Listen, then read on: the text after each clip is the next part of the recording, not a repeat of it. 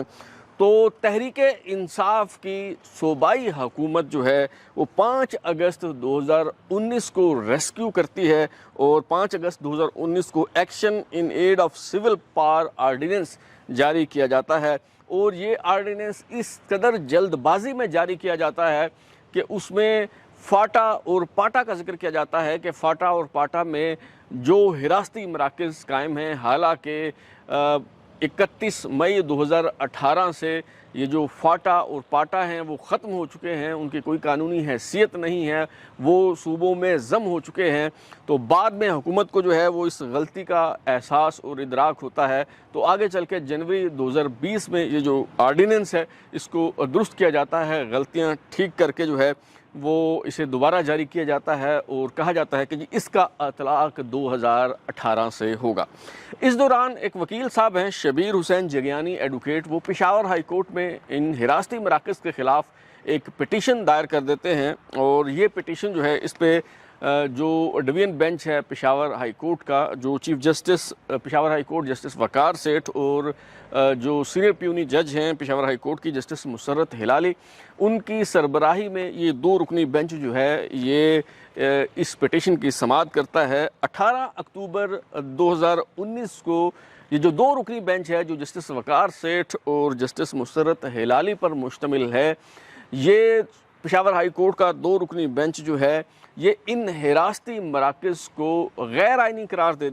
دیتا ہے۔ یہ جو 10 جولائی اور 12 اگست 2011 کے نوٹیفیکیشنز ہیں، اور پھر 5 اگست 2019 کا action in aid of civil power ordinance ہے، اسے بھی یہ جو 2 رکنی بینچ ہے غیر آئینی اور غیر قانونی قرار دے دیتا ہے، اور ان حراستی مراکز کے حوالے سے خیبر پختونخوا کے آئی جی کو ہدایت کی جاتی ہے کہ فوری طور پہ ان تمام 41 انٹرمنٹ سینٹرز کا کنٹرول سنبھال لیا جائے، وہاں پہ جو لوگ قید ہیں ان کو سکروٹنائز کیا جائے، جن کے خلاف کسی قسم کا کوئی مقدمہ کہیں پہ درج نہیں ہے انہیں فوری طور پہ رہا کر دیا جائے، اور وہ افراد جن کے خلاف مقدمات درج ہیں ان کے مقدمات اب سول عام عدالتوں میں منتقل کر دیے جائیں، کیونکہ اب فاٹا اور پاٹا صوبوں میں ضم ہو چکے ہیں۔ 25ویں آئینی ترمیم کے بعد نہ تو فاٹا اور پاٹا کی کوئی جداگانہ حیثیت باقی ہے اور نہ ہی یہ حراستی مراکز جو ہیں انہیں کوئی قانونی تحفظ حاصل ہے۔ یہ حکم دیا جاتا ہے آئی جی خیبر پختونخوا کو، لیکن صوبائی حکومت اور وفاقی حکومت اس فیصلے کے خلاف سپریم کورٹ سے رجوع کرتی ہے، اور یہاں پہ یہ نقطہ جو ہے وہ نوٹ کرنا بہت ضروری ہے کہ خیبر پختونخوا میں تحریک انصاف کی حکومت ہے، وفاق میں تحریک انصاف کی حکومت ہے، عمران خان صاحب جو ہیں وہ وزیر اعظم ہیں۔ آج جب بات ہوتی ہے انسانی حقوق کی، آج جب بات ہوتی ہے ریاستی اداروں کی طرف سے انسانی حقوق کی خلاف ورزی کی، ابھی جیسے 2 دن پہلے عمران خان کے فوکل پرسن اور وکیل انتظار حسین پنجھوتا ایڈوکیٹ جب بازیاب ہوئے تو ان کی حالت دیکھ کر پوری قوم کو دکھ ہوا، سب نے اس پہ افسوس کا اظہار کیا، میں نے بھی اس پہ ولاگ کیا۔ یقیناً یہ جو کچھ ہو رہا ہے یہ غلط ہو رہا ہے، لیکن یہ بتانا یہاں پہ ضروری ہے کہ جب تحریک انصاف حکومت میں تھی، جب یہ لوگ ایک پیج پہ تھے تو انہیں انسانی حقوق کی قطعاً کوئی پرواہ نہیں تھی، اور یہ جو حراستی مراکز، غیر قانونی حراستی مراکز جہاں پہ سینکڑوں جو لوگ اب بھی قید ہیں، تحویل میں ہیں، غیر قانونی تحویل میں ہیں، تو ان کے حوالے سے جب پشاور ہائی کورٹ نے فیصلہ دیا تو تحریک انصاف کی صوبائی حکومت اور وفاقی حکومت کی طرف سے اس فیصلے کے خلاف سپریم کورٹ سے رجوع کیا گیا، اور وہی سپریم کورٹ جہاں ایک عام آدمی کا مقدمہ 5 سال نہیں لگتا، وہاں آنن فانن انصاف ہوا جب صوبے کی طرف سے اور وفاق کی طرف سے اس فیصلے کے خلاف جو ہے وہ اپیل دائر کی گئی، اس فیصلے کو چیلنج کیا گیا، تو چیف جسٹس آصف سعید کھوسہ نے بلا تاخیر اس فیصلے پر عمل درآمد کو معطل کر دیا، اس فیصلے کو معطل کر دیا، اسٹے آرڈر انہوں نے جاری کر دیا، حکم امتناع دے دیا۔ انہوں نے کہا کہ جب تک اس پہ حتمی فیصلہ نہیں ہو جاتا اس وقت تک یہ جو جسٹس وقار سیٹھ صاحب اور جسٹس مسرت ہلالی صاحبہ کے 2 رکنی بینچ کا یہ جو فیصلہ ہے اس پر عمل درآمد جو ہے وہ نہ کیا جائے، اور پھر اس پہ چیف جسٹس صاحب نے اپنی سربراہی میں سپریم کورٹ کا ایک 5 رکنی بینچ تشکیل دیا، جس میں جسٹس آصف سعید کھوسہ، جسٹس گلزار احمد، جسٹس مشیر عالم، جسٹس عمر عطا بندیال اور جسٹس قاضی فائزہ شامل تھے۔ اس پہ پہلی بار جو ہے وہ 13 نومبر کو سماعت ہوئی، 18 اکتوبر کو یہ فیصلہ آیا پشاور ہائی کورٹ کا، 23 اکتوبر کو جسٹس آصف سعید کھوسہ صاحب اسے معطل کر دیتے ہیں اور پھر اس پہ 5 رکنی بینچ تشکیل دیتے ہیں، اور 13 نومبر کو یہ 5 رکنی بینچ اس میں پہلی بار جو ہے وہ سماعت ہوتی ہے، اور اس میں کہا جاتا ہے حکومت کو کہ 7 حراستی مراکز میں قید جو افراد ہیں ان کی فہرست فراہم کی جائے، ریکارڈ طلب کیا جاتا ہے، اور پھر 15 نومبر کو جو ہے وہ سماعت ہوتی ہے۔ اس میں سپریم کورٹ کا یہ جو 5 رکنی بینچ ہے، یہ اٹارنی جنرل کیپٹن ریٹائرڈ میرے خیال میں منصور عوان صاحب تو نہیں تھے، لیکن وہ بھی منصوری تھے میرے خیال میں، کیپٹن ریٹائرڈ ہیں افواج پاکستان سے، تو ان سے اٹارنی جنرل سے جو ہے وہ سوال کرتی ہے سپریم کورٹ، ان سے پوچھا جاتا ہے کہ جی یہ جو حراستی مراکز ہیں ان کی قانونی حیثیت کیا ہے، اس پہ عدالت کو جو ہے وہ مطمئن کیا جائے۔ تو اس کے بعد اس مقدمے کی سماعت ملتوی ہو جاتی ہے اور پھر چراغوں میں روشنی نہیں رہتی۔ جسٹس وقار سیٹھ جو ہیں اس کے بعد کرونا کے باعث انتقال کر جاتے ہیں، جسٹس مسرت ہلالی صاحبہ چیف جسٹس بن جاتی ہے پشاور ہائی کورٹ کی، بعد میں وہ ایلیویٹ ہو کے سپریم کورٹ میں آ گئیں، ابھی وہ سپریم کورٹ کی جج ہیں۔ جسٹس آصف سعید کھوسہ صاحب ریٹائر ہو جاتے ہیں، ان کا ٹینیور ختم ہو جاتا ہے، یہ کیس سماعت کے لیے مقرر نہیں ہوتا۔ ان کے بعد justice Gulzar Ahmed chief justice بنتے ہیں، وہ بھی اس فائل کو ہاتھ لگانے کی ہمت نہیں کر پاتے۔ ان کے بعد justice Umar Ata Bandial chief justice بنتے ہیں، ان کا پورا ٹینیور گزر جاتا ہے، لیکن یہ سٹے آرڈر برقرار رہتا ہے اور اس مقدمے کی سماعت نہیں ہوتی۔ اس کے بعد جسٹس قاضی فائزہ چیف جسٹس بنتے ہیں، جیسے میں نے پہلے کہا کہ جسٹس شوکت عزیز صدیقی کی برطرفی کا کیس ہو یا فیض آباد دھرنا کیس ہو، کئی ایسے مقدمات ہیں جو سابقہ چیف جسٹس صاحبان کے ہوتے ہوئے نہیں لگ سکے تھے، تو جسٹس قاضی فائزہ کے دور میں وہ لگے، لیکن یہ واحد مقدمہ تھا جو جسٹس قاضی فائزہ کے دور میں بھی سماعت کے لیے مقرر نہیں ہو سکا۔ 5 سال گزر گئے ہیں، 4 چیف جسٹس رخصت ہو چکے ہیں، 5ویں چیف جسٹس صاحب جو ہیں وہ آ چکے ہیں، ابھی تک اس مقدمے کو سماعت کے لیے مقرر نہیں کیا گیا، اور یہ جو غیر قانونی حراستی مراکز ہیں، انٹرمنٹ سینٹرز ہیں خیبر پختونخوا میں، وہاں پہ سینکڑوں افراد، جن میں ہو سکتا ہے کچھ گناہ گار بھی ہوں، لیکن بہت سے جو بے گناہ لوگ ہیں وہ وہاں پہ گل رہے ہیں، سڑ رہے ہیں۔ وہاں مشکوک ہونے کی بنیاد پہ کسی کو اٹھا کر قید کیا جاتا ہے اور پھر بھول جاتے ہیں کہ کسی شخص کو تحویل میں لیا گیا تھا۔ یہ بنیادی انسانی حقوق کی شدید ترین خلاف ورزی ہے، اور آج بھی وہاں تحریک انصاف کی حکومت ہے، لیکن ان حراستی مراکز میں موجود جو افراد ہیں ان کے ساتھ ہونے والے ظلم اور زیادتی پر کسی کو کوئی فکر نہیں ہے، نہ تو علی امین گنڈاپور صاحب کو کوئی فکر ہے، اور نہ ہی عمران خان صاحب کو اس پہ کسی قسم کی کوئی جو ہے وہ تشویش لاحق ہے۔ اور جسٹس یحییٰ آفریدی صاحب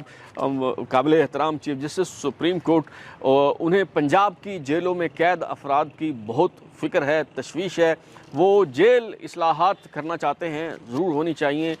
پنجاب ہو، خیبر پختونخوا ہو، سندھ ہو، بلوچستان ہو، وہاں جیلوں میں قید جو افراد ہیں ان کی حالت بہتر بنانی چاہیے، لیکن یہ بھی پاکستانی شہری ہیں، یہ بھی انسان ہیں جو خیبر پختونخوا کے حراستی مراکز میں، غیر قانونی حراستی مراکز میں قید ہیں، جنہیں اپیل کا حق نہیں ہے، جن کے مقدمات کی سماعت نہیں ہوتی، جن کے بارے میں یہ نہیں بتایا جاتا کہ ان پہ الزامات کیا ہیں، تو انہیں جو ہے وہ قید رکھا گیا ہے۔ جسٹس یحییٰ آفریدی صاحب جو ہیں وہ اگر انصاف کرنا چاہتے ہیں تو سب سے پہلے یہ کیس ہے جو انصاف کا منتظر ہے، یہ وہ لوگ ہیں جو انصاف کے منتظر ہیں، اور یہ ان کی ذمہ داری ہے۔ اگر اپنی ان ذمہ داریوں سے